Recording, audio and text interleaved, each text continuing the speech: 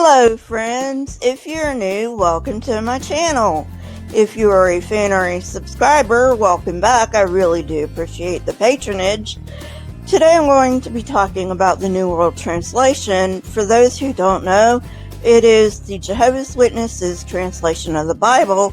I will be covering Ephesians 2. Not much else I need to say. Let's get on with the video. Just a couple of things before I get started.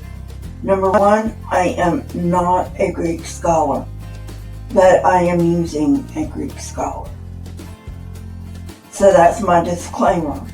The second thing I need to let you know is that I'm actually going back to Ephesians 1 for just a minute or so, and then we'll get on to Ephesians 2.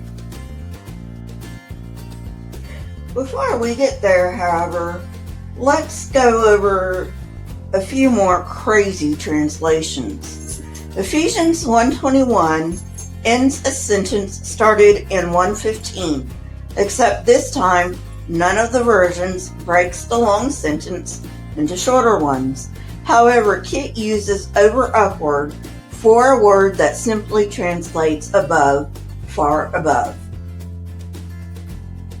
Over upward is a really strange word, and it's awkward.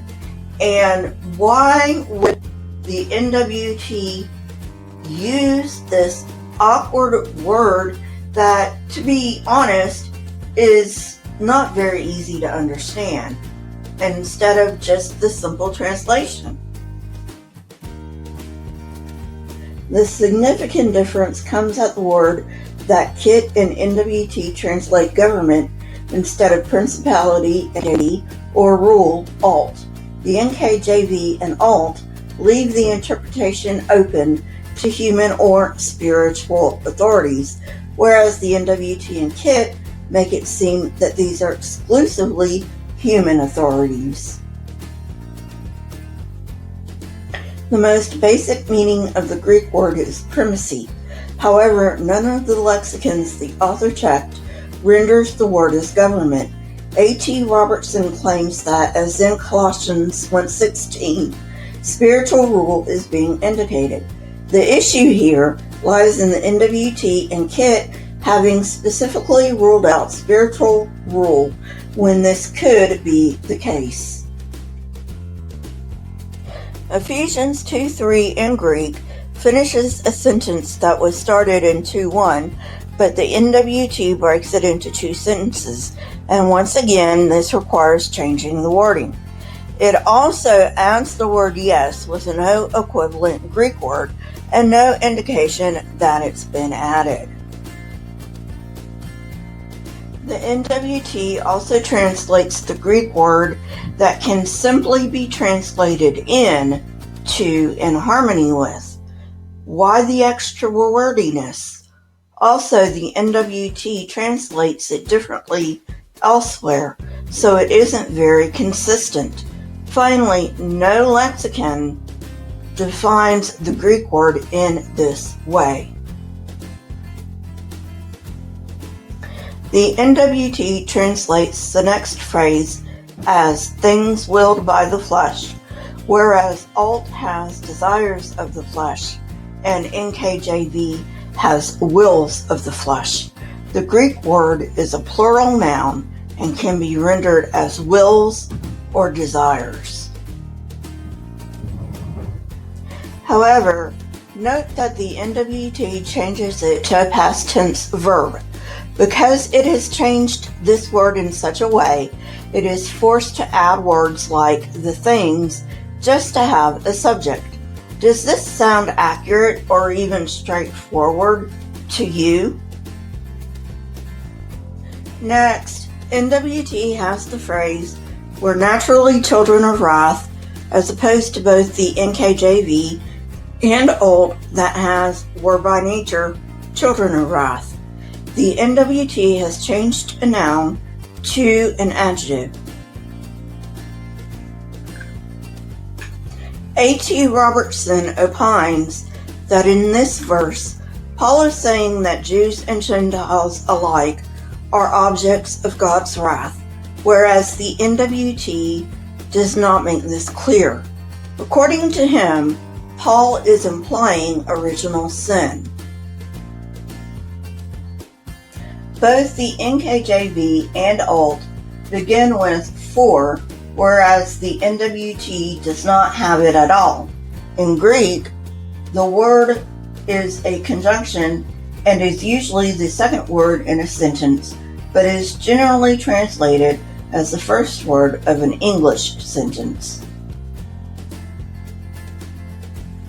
The NWT has indeed as the fifth word. While indeed is a technical possibility of translating the Greek word, it is so uncommon that the author has not seen it.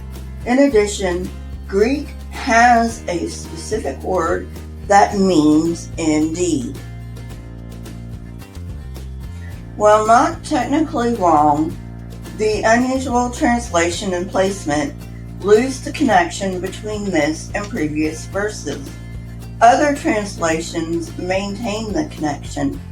The next phrase has significant differences between versions. So let's look at that. Both the NKJV and ALT render the word of instead of owing to. The NWT probably justifies this because the Greek word can indicate a reason. However, as before, this is a very rare translation, and some lexicons do not even list it. The NWT, ALT, and NKJV add it is, but the NWT does not offset it to show that it was added. Next, NWT renders the Greek words as God's gift rather than gift of God. Why is this important? While it is legitimate to translate an English possessive for a Greek genitive, in this case, doing so leaves out the article, and the article is important. Why? Because the article points to a specific gift, grace, salvation, or faith, rather than a general gift. The translators may say that putting God first emphasizes that God is the giver, but in English, the first word is not always the one emphasized. Both points are important, that God is the giver of a specific gift, and the way to highlight this is to follow the Greek order. However, this wording in English is awkward, so gift of God retains both points. The NWT makes verse 9 into a complete sentence, even though in Greek it is just a phrase. This change requires the addition of the phrase, it is, which again is not bracketed. In addition, it also adds the word no, which is not bracketed. The translators might argue that interjecting no it is necessary to get the original point across. Yet it's funny that other translations don't feel the need.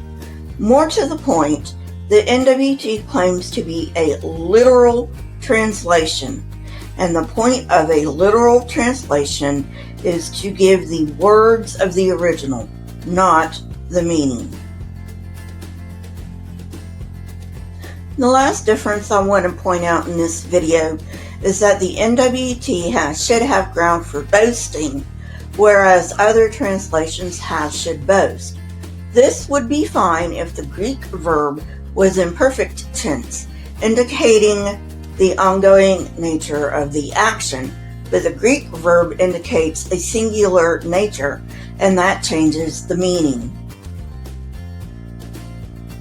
In other words, the NWT leaves the impression that the original text says that we should not be boasting on an ongoing basis, when the text really says that we shouldn't boast even once. Well, friends, that's it for today. I hope you enjoyed it. If you did, hit that like button, press the subscribe button, And if you want to know when I come out with new content, hit the bell next to the subscribe button. Also, if you would, please leave comments in the comment section as they trigger the YouTube algorithm. Also, I like hearing from you. My Twitter, Discord, email, and PayPal links are in the description, along with the source that I used for this episode. If you wish to support this channel, you may do so on my PayPal link.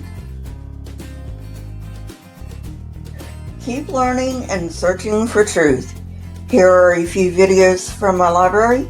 If you have not watched them yet, go ahead and watch them and tell me what you think.